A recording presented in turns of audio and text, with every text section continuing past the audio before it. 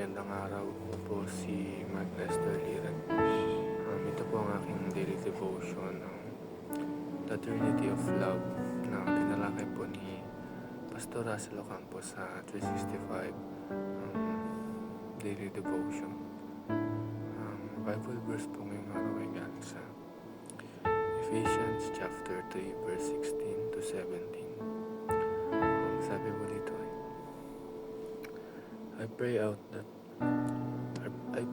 that out of His glorious riches He may strengthen you with power through His Spirit in your inner being, so that Christ may dwell in your hearts through faith. And I pray that you, being rooted and established in love. Ang unang teaching po ngayong araw ay the Trinity is a fellowship of love.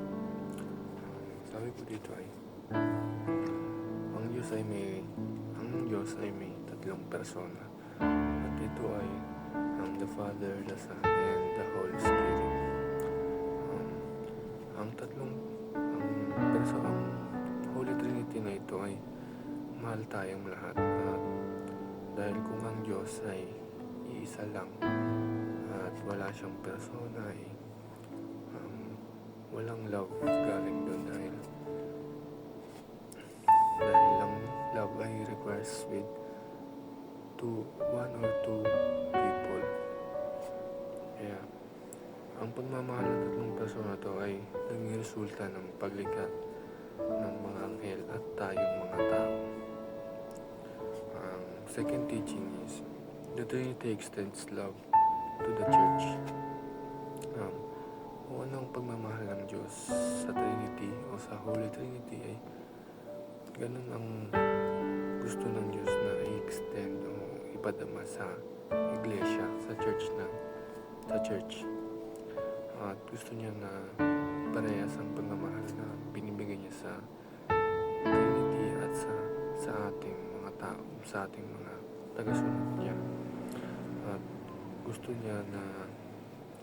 ng Diyos na ang pagmamahal niya sa Trinity ay maranasan natin. Kumbaga dapat ay equal ang love na pinapadama ng Diyos sa Trinity at sa atin.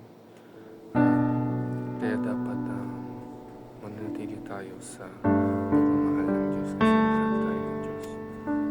Muling teaching is the Trinity deserves love to be our foundation.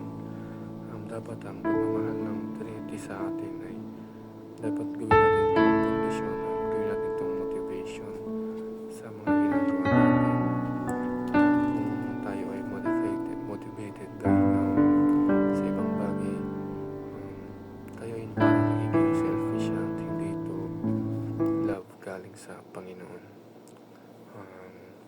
Yung realizations ko sa Bible verse ngayong araw ay sa devotion ngayong araw ay manatili lang tayo sa pagmamahal ng Diyos, dahil kung ano ang pagmamahal ng Diyos sa Holy Trinity at ay ganun din ang pinapadama niya sa atin. Yun lamang po.